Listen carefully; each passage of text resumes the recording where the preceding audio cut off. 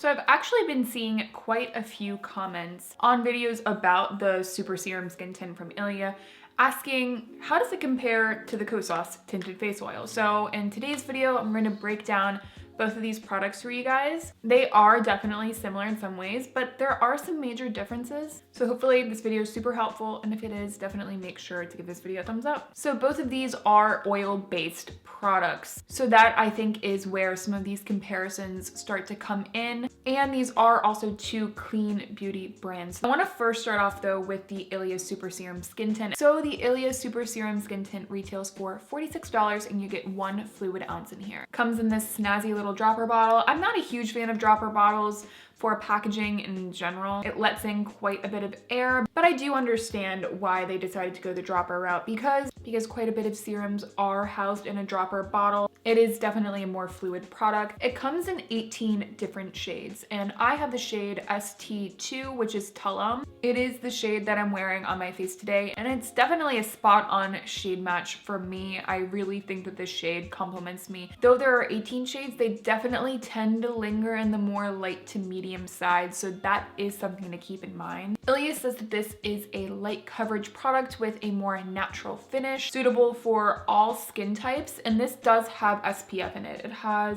SPF 40 in here. It does use zinc oxide, so if you have a sensitivity to it, most people really don't, it is something to keep in mind. Let's talk about some of the ingredients in here. This is definitely a more skincare focused makeup product, which I do like. I like when my makeup has beneficial ingredients within it. This is a squalene based serum. So if you're not familiar with squalene, it's a more lightweight oil, and it really helps with protecting the skin barrier and making sure that your skin is repairing itself. In general, it's very well tolerated. And I will say, we'll get into the texture of this product a little bit later in the video. This squalene in particular, it's plant-based. It's actually quite lightweight. This one feels very luxurious, I can tell it, and it's not a greasy product. This also has hyaluronic acid, which I'm sure a lot of you already use in your skincare routine, but hyaluronic acid just pulls in water from the air, helps really plump up your skin and keep it hydrated, which is nice in combination with the squalene. The squalene is going to help kind of moisturize the skin, whereas the addition of the hyaluronic acid is going to kind of hydrate the skin. And there's also niacinamide in here. Now, I love niacinamide.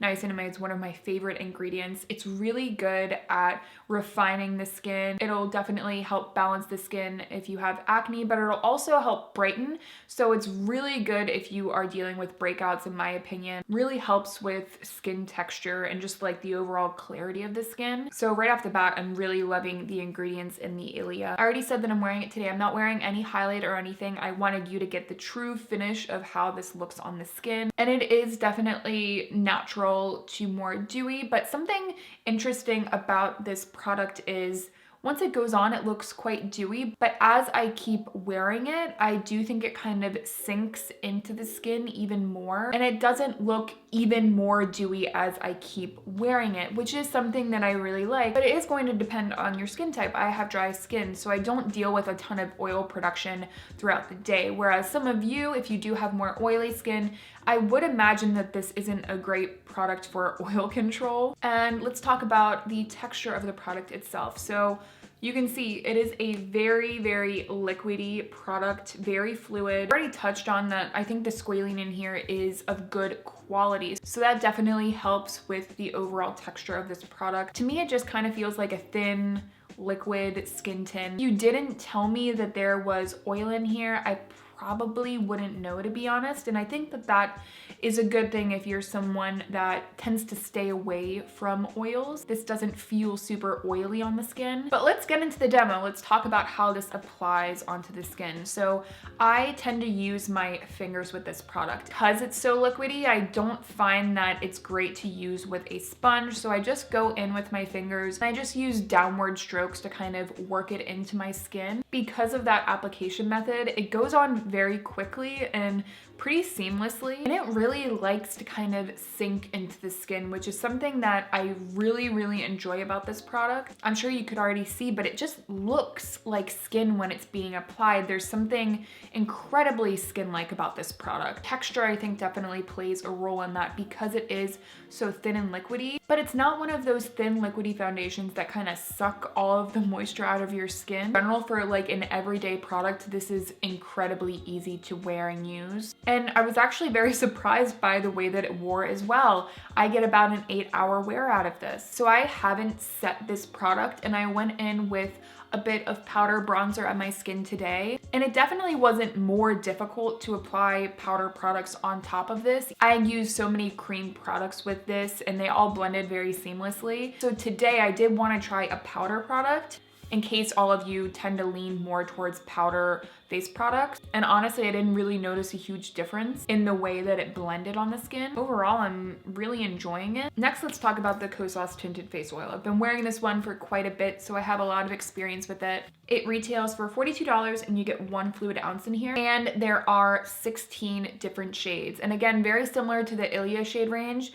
they tend to lean a little bit more on the light to medium side, but this does have a few more options if you have darker skin, so that is good. And I have the shade 02 in this. I actually find that this shade match is pretty good for me as well. It depends if I'm matching my neck or not. My neck tends to be a little bit more yellow and my face is a little bit more neutral to pink. But I would say that this leans a little bit more peachy, and the Ilia leans a little bit more on the neutral side. So Kosas says that this is a very lightweight, hydrating skin tint that's going to give about a light coverage with a more natural finish. Now this is based with jojoba seed oil. So the Ilia was squalene and this uses jojoba seed oil. It also uses avocado and red raspberry seed oil. All three of these oils I think are really good. Jojoba seed oil is good for kind of balancing and soothing the skin. It's very similar to squalene in a lot of ways, tends to be very well tolerated and is more on the lightweight side. All of Kosas packaging I think is on point. I've talked about this before. One thing I don't like about it though is that though I do love that it's a squeezy tube, it disperses a lot of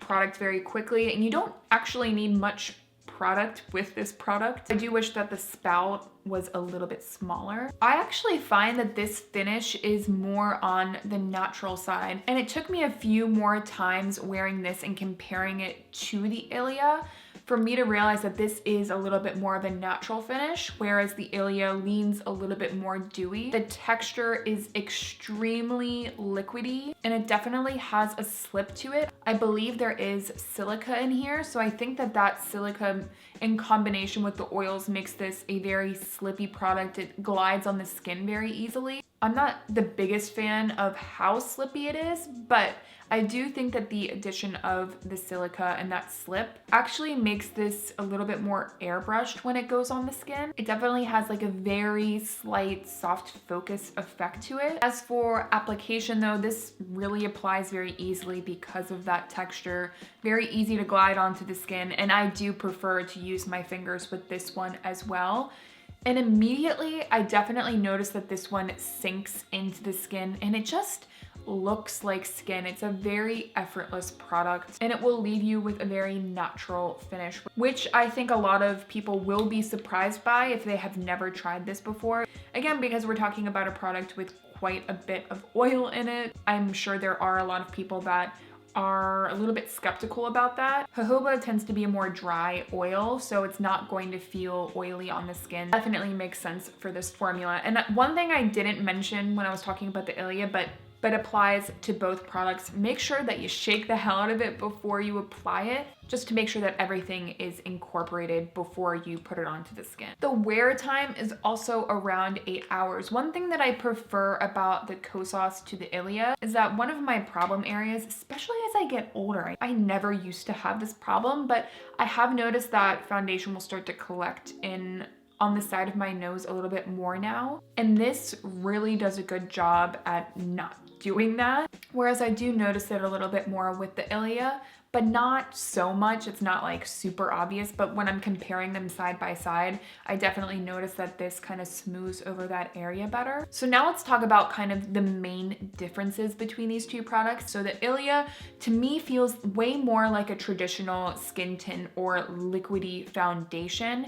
You definitely feel it on the skin and it feels dewy. So if you're not into a product that feels dewy on the skin, you could set this, but I do feel like it would kind of take away some of the magic of the finish. So in general, if you're not looking for a more dewy finish, I don't think that you would be a fan of this one. I will say this doesn't feel like a lot of product on the skin, but it is something to keep in mind. The Kosas, I have noticed that if my skin is feeling particularly dry and I do have dry patches, you do need to take care to blend this out on those patches. If you have used dry oils in the past and you don't mind them, I would say give the Kosas a try because it does dry down and it has a more natural finish. I think which you choose should also depend on which has a better shade match for you. I have found a shade in both that work for me, but obviously not everyone will. I have been finding myself though recently reaching for the Ilia, and I do think that the Ilia has